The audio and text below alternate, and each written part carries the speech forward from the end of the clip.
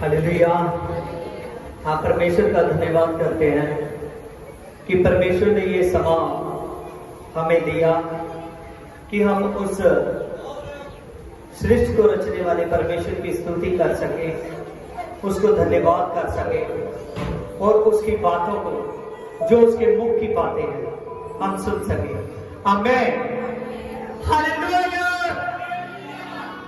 Hallelujah. क्या आप सभी आज के वचन को सुनने के लिए तैयार हो? हालेलुया, आमीन। तैयारी पर यस कहने का मतलब है कि पूरे ध्यान से सुनना, अपने कानों को खोलकर, अपने दिल को खोलकर। हालेलुया। क्योंकि आज का टॉपिक ऐसा है जो हमको यीशु से मिलाने में हमारी मदद करता है। आमीन। हालेलुया। सबसे मेन बात जो यीशु को पसंद है। आमीन। क्या आपको पता है कि यीशु को कौन सी बात पसंद है? Hallelujah. Yes, praise Lord. Hallelujah. जो आज का टॉपिक है, ये बात यीशु को पसंद है। देखिए, प्रभु को प्रार्थना पसंद है। प्रभु को प्रार्थना पसंद है। हालेलुया। परमेश्वर की इस पूरी पृथ्वी पर सबसे बड़ी लालसा है कि मनुष्य प्रार्थना करे। मनुष्य क्या करे? प्रार्थना करे। हालेलुया। अगर आप प्रार्थना करना शुरू कर दोगे तो प्रभु यीशु मसीह आपसे प्यार करना शुरू कर देंगे। हालेलुया। जो आदमी को वचन में मजा आता है, परमेश्वर की बात सुनने में, वो ही आदमी परमेश्वर में चलता है। हालेलुया। आज आप देखोगे कि प्रार्थना में कितनी ज्यादा ताकत है। कुछ मैं पॉइंट्स नोट करवाऊंगा आपको, ध्यान करिए और देखिए। देखिए, जब हम लुका की बुक उसकी 22 को 41 को देखते हैं, 22 की 41, प्रभु यीशु मसीह जहां बताया गया है कि प्रार्थना करने के लिए गया और प्रार्थना करने लगा। उस जब आप 40 से इसको पढ़ोगे तो बताया गया कि अपनी रीति के अनुसार जैतून पहाड़ के पास गया और इसकी 41 में लिखा है कि उसने घुटने टेके और प्रार्थना करने लगा। आप सच जानिए कि प्रार्थना यीशु मसीह को बहुत पसंद है। प्रार्थना प्रभु को बहुत पसंद है। और जो आदमी प्रार्थना करने लगता है ना, तो वो आदमी भाता है यीशु को। हालेलुया। प्रभु ने घुटने टेके और प्रार्थना करने लगा। जो यीशु मसीह करते थे वही सिखाते हैं, जो प्रभु करते थे। पूरी बाइबल में कोई ऐसी बात नहीं है जो प्रभु ने ना की गई हो तो वो आपके आगे पेश की गई हो। हालेलुया। प्रभु यीशु मसीह को प्रार्थना बहुत पसंद है, क्योंकि प्रार्थना उसे पिता से मिलाती थी, परमेश्वर से। जब प्रभु जी मुर्दों में से जी उठे तो प्रभु यीशु मसीह ने कहा कि देख मैं आ रहा हूं, हर एक आंख मुझे देखेगी। और प्रभु यीशु मसीह जल्द आ रहे हैं। सभी को चाहते हैं कि प्रभु यीशु मसीह सब हर एक इंसान वो चाहते हैं कि जब मैं आऊं तो उसको स्वर्ग पर उठाकर लेकर जाऊं। कहां पर? स्वर्ग पर। उसको स्वर्ग पर उठाकर लेकर जाऊं। प्रभु जी ये बात हर किसी को चाहते हैं कि मैं आऊं तो हर एक आदमी को स्वर्ग में ले जाऊं। क्या आप चाहते हो स्वर्ग में जाना? हालेलुया। क्योंकि वचन में लिखा है जो आदमी उस यीशु के साथ चला जाएगा वो कभी फिर हमेशा के लिए दुख से बाहर आ जाएगा। ऐसा विश्राम है यीशु के पास, ऐसा आनंद है यीशु के पास कि हम धरती पर बैठे हुए उस आनंद के बारे में सोच भी नहीं सकते। जितना सोचोगे उतना कम पड़ जाएगा, इतना ज्यादा आनंद है। इसीलिए आपने प्रार्थना के लिए बहुत तैयार होना है। हालेलुया। प्रार्थना के लिए बहुत तैयार होना है। प्रभु ने जब लूका 22:40 में लिखा है, प्रभु ने अपने चेलों से कहा कि प्रार्थना करो कि परीक्षा में ना पड़ जाओ।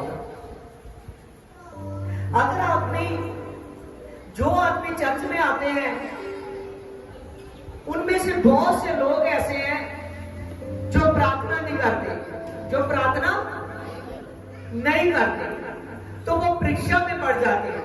किस में पड़ जाते हैं? परीक्षा में पड़ जाते हैं। अगर आप प्रार्थना ना करोगे तो परीक्षा में पड़ जाओगे। समझ रहे हो? वचन में लिखा है मत्ती 4 चैप्टर में, मत्ती 4 चैप्टर में प्रभु यीशु मसीह बपतिस्मा लेने के बाद अपने आप को एकांत में ले गया। वो वहां क्यों गया? कि मैं प्रार्थना कर सकूं, मैं प्रार्थना कर सकूं। वो 40 दिन के लिए अपने आप को अकेला रखना चाहता था और प्रभु का मेन लक्ष्य था कि मैं अपने पिता के आगे प्रार्थना करूं, मैं प्रार्थना करूं। और प्रभु यीशु मसीह जब 40 दिन के लिए गए और वचन में लिखा है कि प्रभु यीशु मसीह ने जब वहां चले गए और प्रभु यीशु मसीह प्रार्थना के लिए आए हुए थे, निर्हार थे, कुछ खा नहीं रहे थे प्रभु यीशु मसीह। उसी समय में अबलीस आया और अबलीस इसीलिए आया और प्रभु गया भी इसीलिए क्योंकि जब परमेश्वर का वो शब्द देदारी हुआ था उसके लिए योजना थी कि वो हर एक काम करे। है तो वो खुदा था, लेकिन उसने एकदम अपने आप को मनुष्य के समान बना लिया था। समझ रहे? और जो कुछ मनुष्य के साथ हो सकता है वो उसने अपने साथ किया। आमीन। शैतान की हिम्मत नहीं है कि प्रभु चाहे तो शैतान 200 दूर से प्रभु उसको कैंसिल कर सकता है। समझ रहे हो? लेकिन फिर भी प्रभु ने आने दिया क्योंकि प्रभु चाहता था कि बहुत से लोग हैं जब धरती पर मेरी आत्मा होगी, पवित्र आत्मा को पाने के लिए, सामर्थ को पाने के लिए, प्रभु के पास पहुंचने के लिए, तब बहुत सी परीक्षाएं आएंगी जीवन में। समझ रहे हो? तब अबलीस आया और अबलीस ने क्या किया? उसकी परीक्षा करने के लिए आया। आमीन।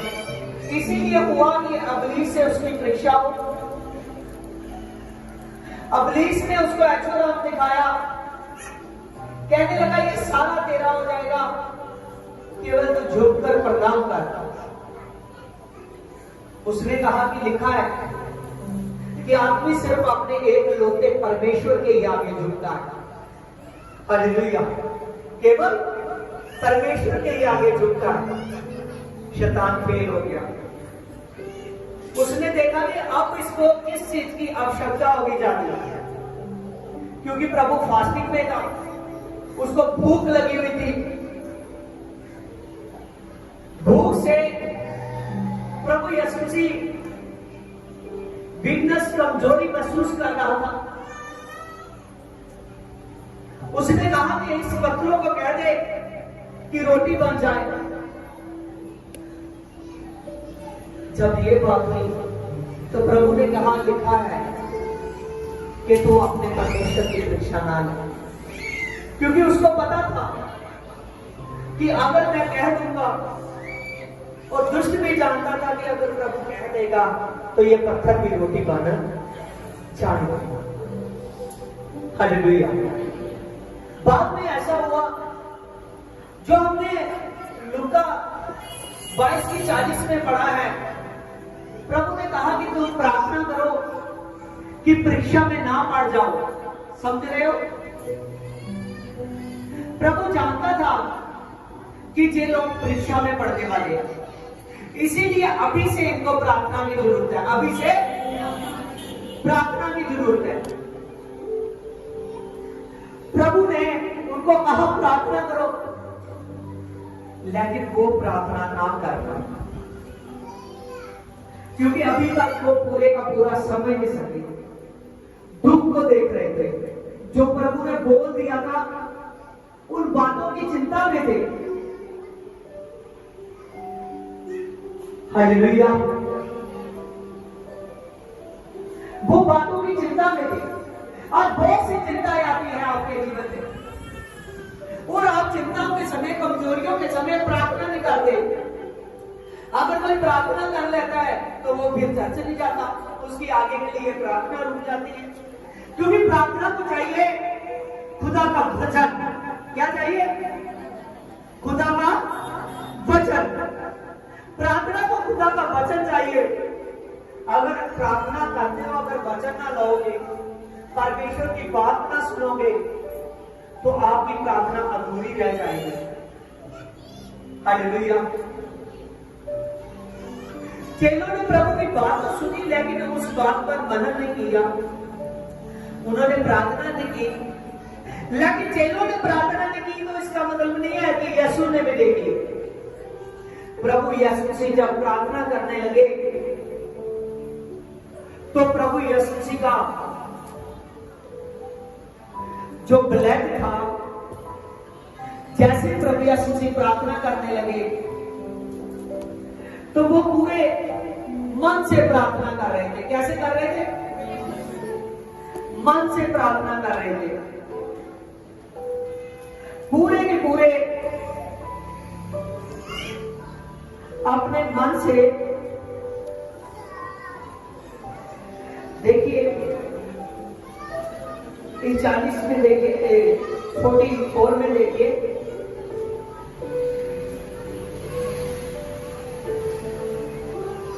और वह हृदय के वेदन से प्रार्थना करने लगा। हृदय के वेदन से, पूरे दिल से यीशु से प्रार्थना कर रहा था, और उसका पसीना मानो लहू की बड़ी पूरी बूंदों के समान भूमि पर गिर रहा था। प्रभु यीशु जी अपने पूरे हृदय से प्रार्थना करने लगा। व्याकुल हो रहा था, क्योंकि वो संकट का समय था जो आने वाला है। प्रभु प्रार्थना कर रहा था पूरे दिल से, पूरी जान से, पूरी बुद्धि से। तो उसका पसीना ऐसे गिरता था जैसे लहू की बूंदें गिरती हो। हालेलुया। प्रार्थना करते प्रभु यीशु जी का एकदम ऐसे जैसे उसका बाद में लहू गिरने वाला था, वैसे उसका पसीना गिर रहा था।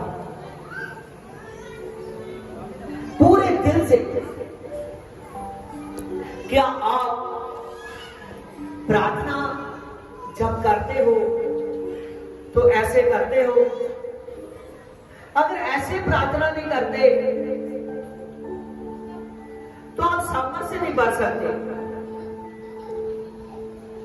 उसकी 43 में देखिए, लूका 22 की,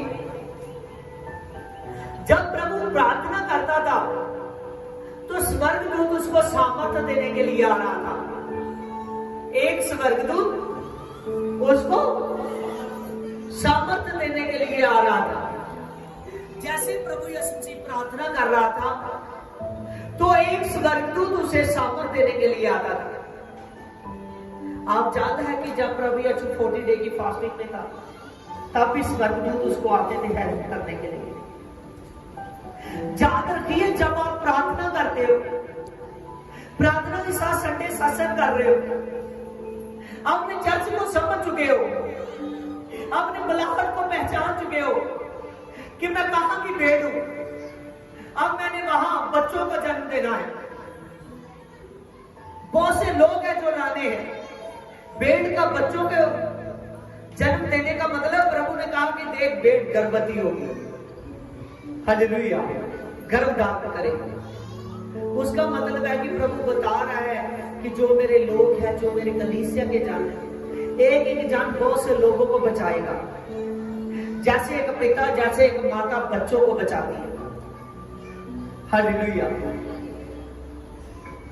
स्वर्गदूत तभी तभी उसको सामर्थ्य देने के लिए आ रहा था।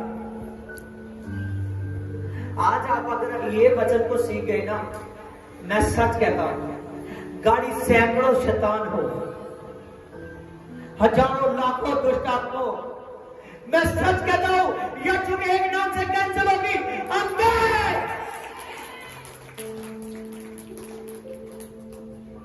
हालेलुया। यीशु का ब्लड सामर्थी है। प्रभु यीशु जी बहुत सामर्थी है। दानियल की बुक निकाली, 6 चैप्टर में चलिए।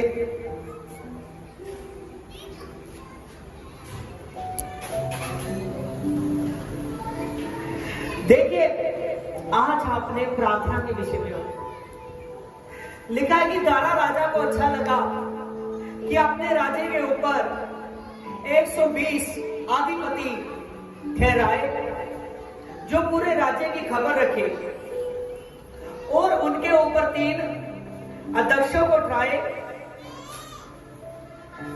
और जिनमें से दानियल एक था कि वह 120 अधिपतियों से लेखा ले कर का, टैक्स का।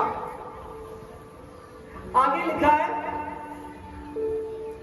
जब ये देखा गया कि दानियल में उत्तम आत्मा रहती है तो देखा गया, तब उसने उन दक्षों के और अधिपतियों से अधिक श्रेष्ठता मिली, और राजा ये सोचने लगा कि उसको सारे राज्य के ऊपर उठाया जाए।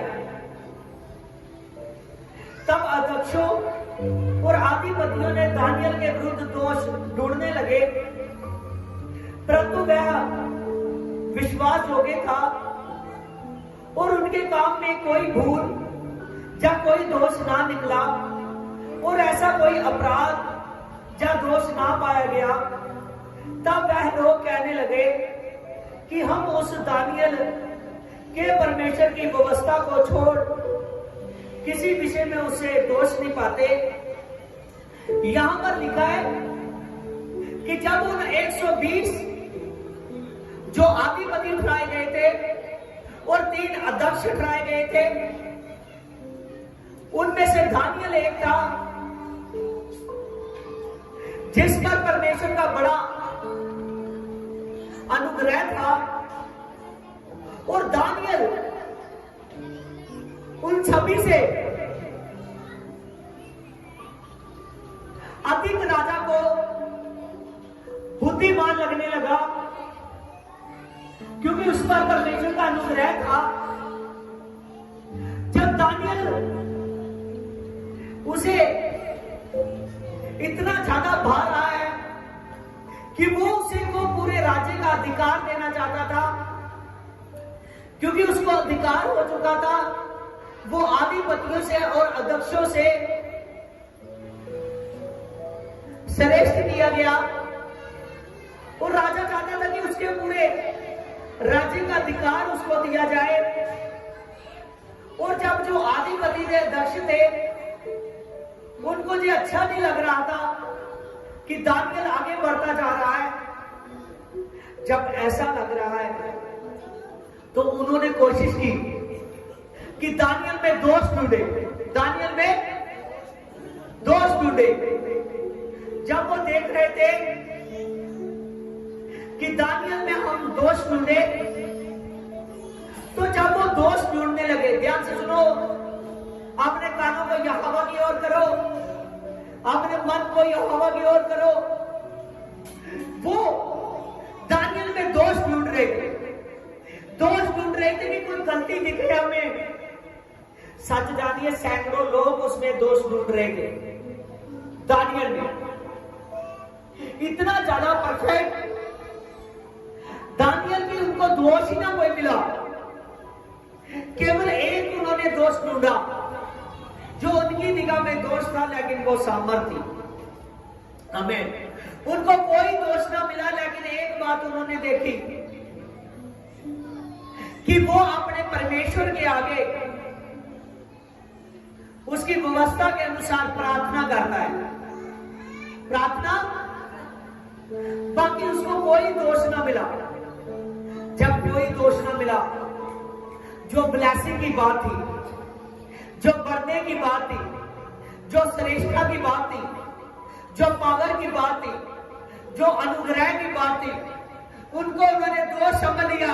मैं सच कहता हूं, यही गलती उन लोगों से हुई जो बेबीलोन के लोगों ने गलती की।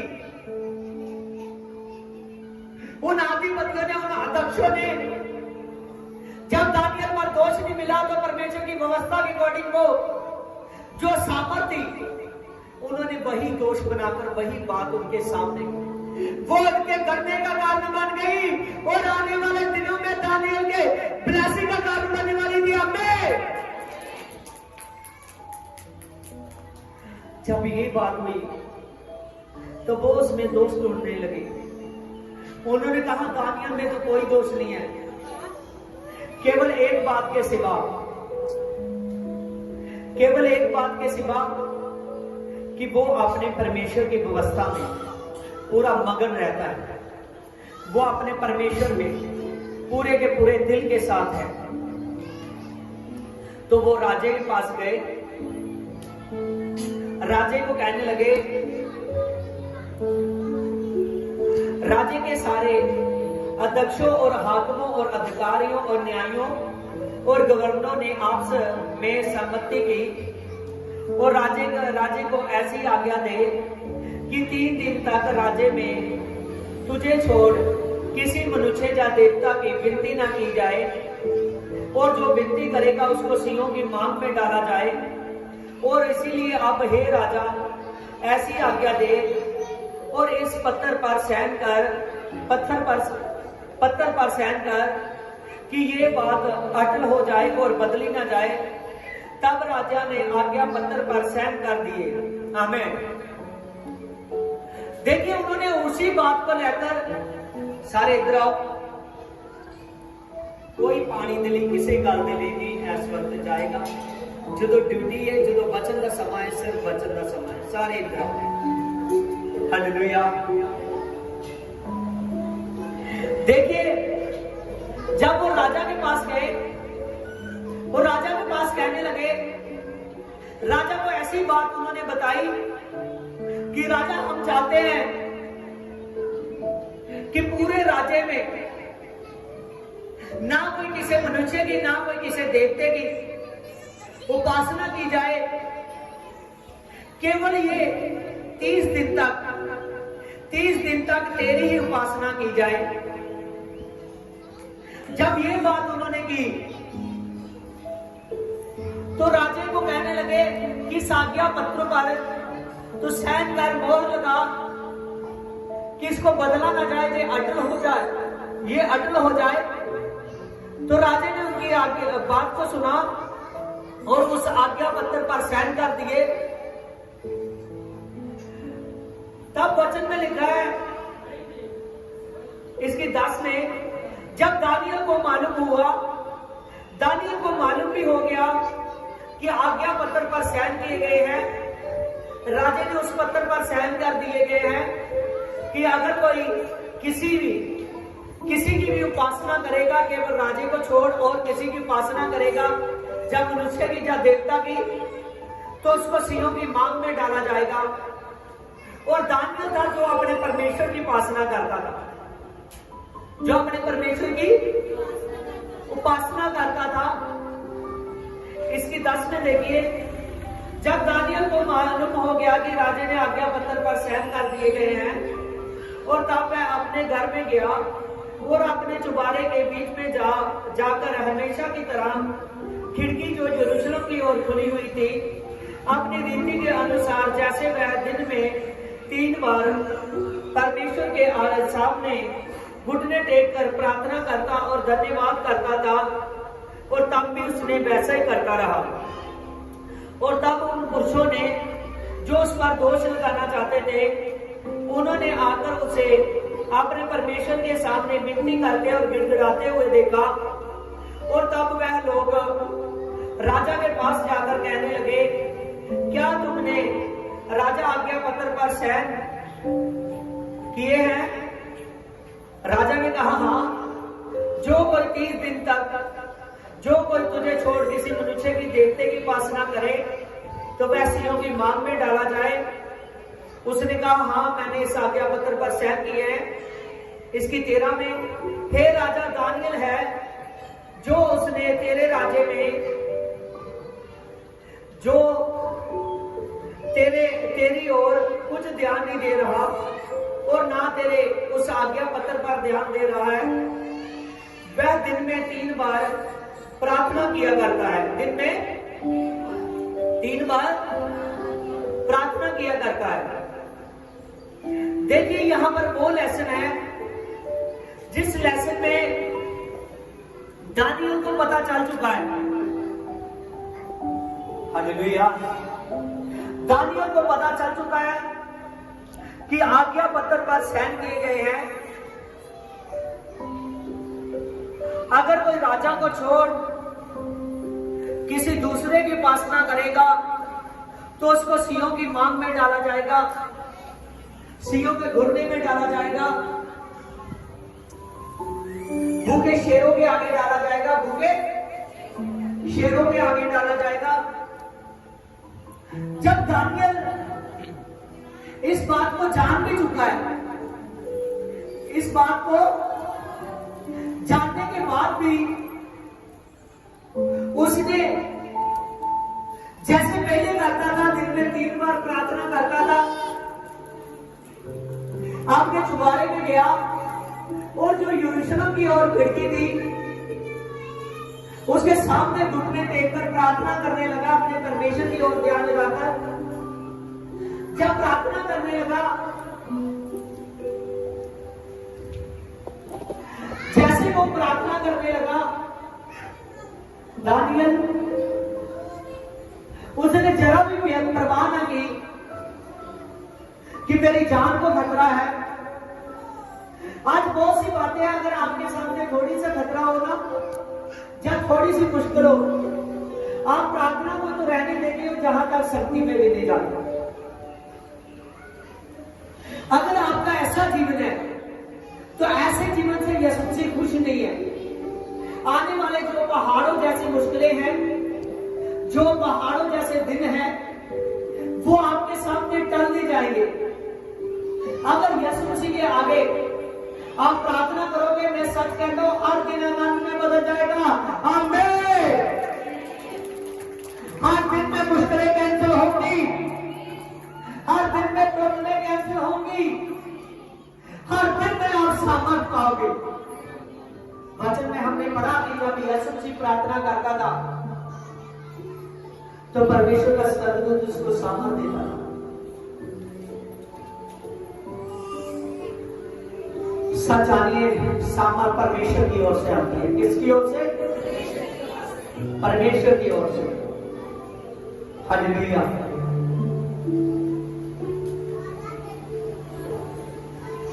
इसकी 4 में देखिए, तब अध्यक्षों और अधिपति मिलके दानियल के विरुद्ध दोष ढूंढने लगे। ये बात सुनकर राजा को मन बहुत उदास हुआ। वह दानियल के लिए बेचैन हो रहा था और उपाय सोचने लगा कि उसको कैसा बचाया जाए। सूर्य के अस्त होने तक वह बचाने का यत्न करता रहा। इसकी 15 में देखिए, तब वह पुरुष राजा के पास आकर कहने लगे कि हे राजा, जान रख कि मांगी और फरीसियों की जो व्यवस्था में जो आज्ञा ठहराई जाती है वह बदली नहीं जाती।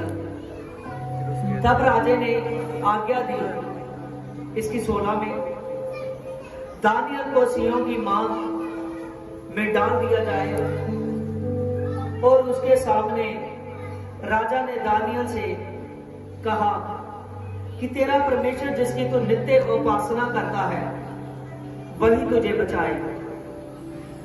और तब एक पत्थर लाकर गड्ढे के मुंह पर रखा गया और राजा ने अपनी मोरों को अपने मंत्रियों के साथ टच किया कि ये आज्ञा बदली ना जाए।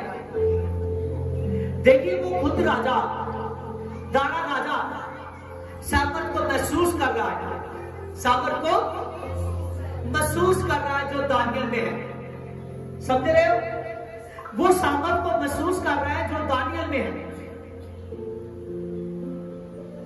और राजा नहीं चाहता था कि दानियल सिंहों की मांग में डाला जाए।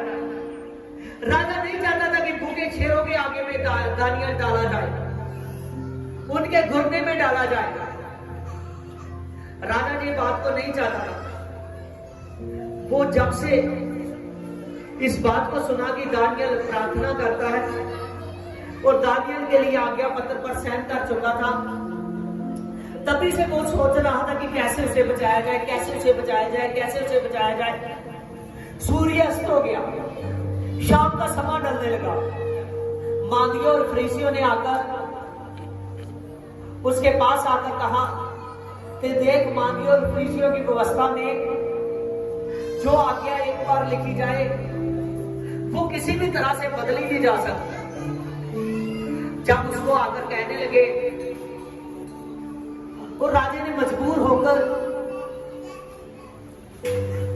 आज्ञा दे दी कि दानियल को शेरों के घुटने के में फेंक दिया जाए।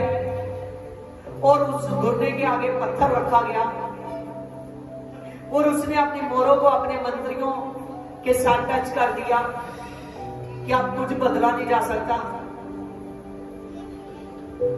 दानियल देखिए कि परमेश्वर के आगे विनती करनी इतनी जानी पसंद करता था कि उसको पता था मेरी जान जोखिम में डाली जाएगी, मुझे भूखे शेरों के आगे फेंक दिया जाएगा।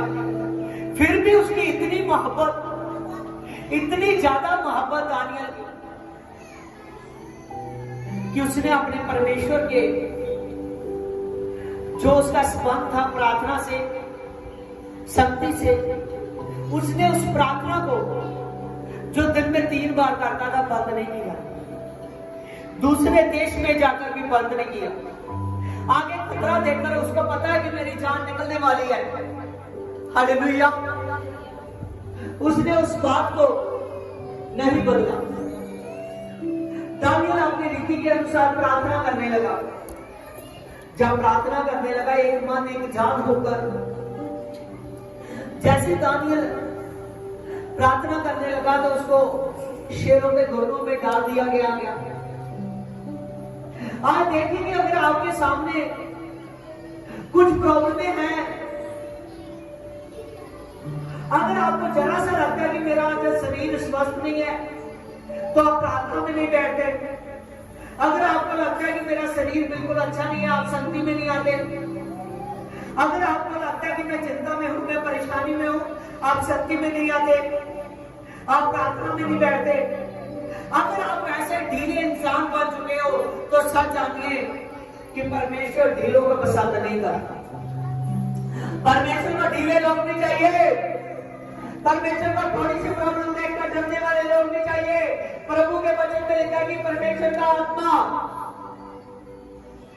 दिलेरी का आत्मा, हालेलुया, जो प्रभु के काम में दिलेरी रखते हैं, उसने कहा मैं प्रार्थना करता हूं, मैं प्रार्थना करूंगा।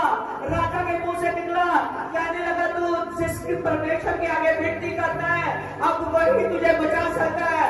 वो जानता था कि मेरा परमेश्वर मुझे बचाएगा, मेरा परमेश्वर मुझे बचाएगा।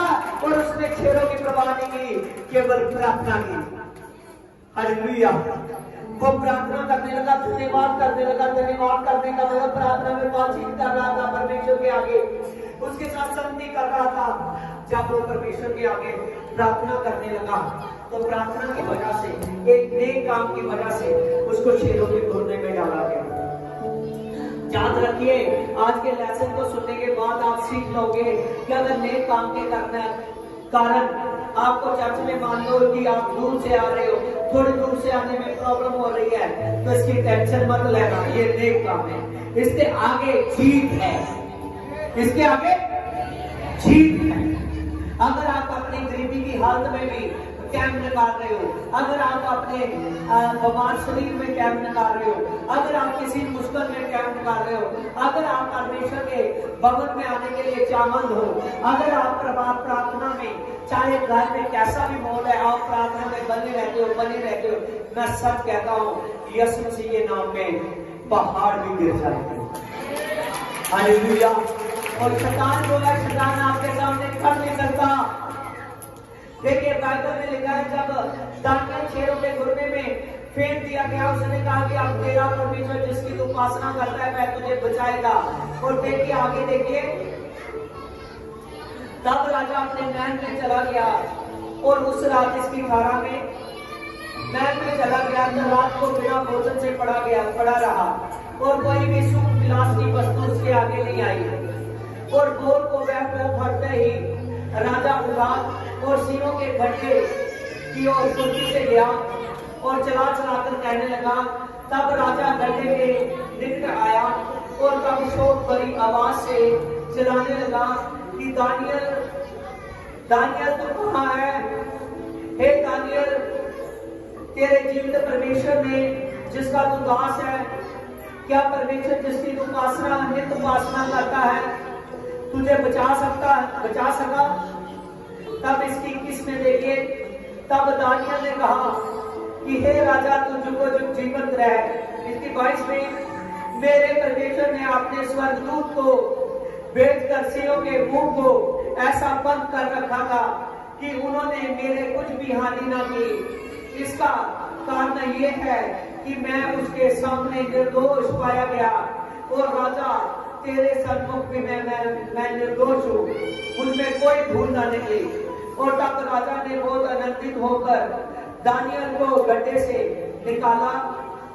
निकालने की आज्ञा दी और दानियल गड्ढे से निकला और उस पर कुछ भी हानि का कोई चिन्ह न था, क्योंकि वह अपने परमेश्वर पर विश्वास करता था।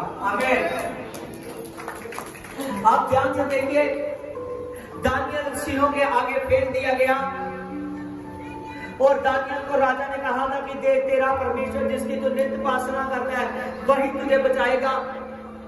जब दानियल फेंक दिया गया और दानियल प्रार्थना करने वाला था परमेश्वर के आगे और परमेश्वर ने उसके प्रार्थना को सुनता था, और वचन में लिखा कि जब वो फेंक दिया गया और उसी वक्त परमेश्वर की सामर्थ आई, परमेश्वर के दूत आए और सिरों के मुंह पर ताले लग चुके थे और किसी शेर की हिम्मत नहीं थी उन भूखे शेरों की कि दानियल की तरफ जा सके।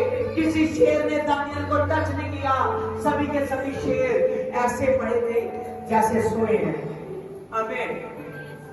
हालेलुया। सभी के सभी शेर दानियल के सामने अपने मुंह को भी हिला ना सके। आप सब जानिए, जो भूखे शेरों की, एक ताकतवर शेरों की मुंह को आप दानियल की प्रार्थना बंद कर सकती है, तो आपकी प्रार्थना क्या नहीं कर सकती? आपकी प्रार्थना सब कुछ में कह रहे हो स्वर्ग को खोल सकती है।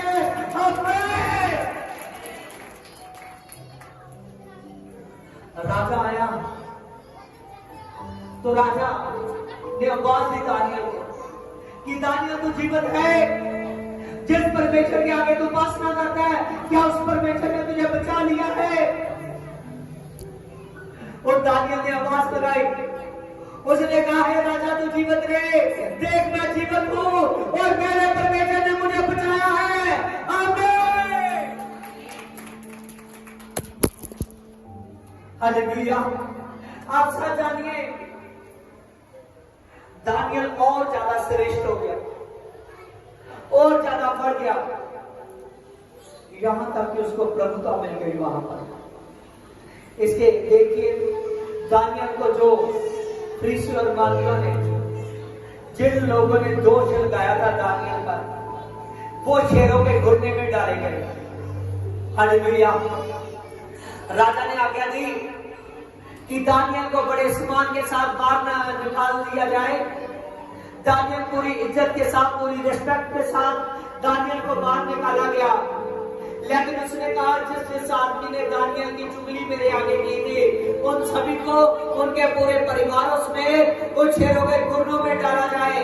और बाइबल बताती है कि जब वो लोग जिन्होंने दानियल की चुगली की थी उसको फंसाने के लिए, और जब उसको शेरों के घुटनों में अभी फेंका ही गया और तभी अभी नीचे भी पूरे के पूरे गिरे और उन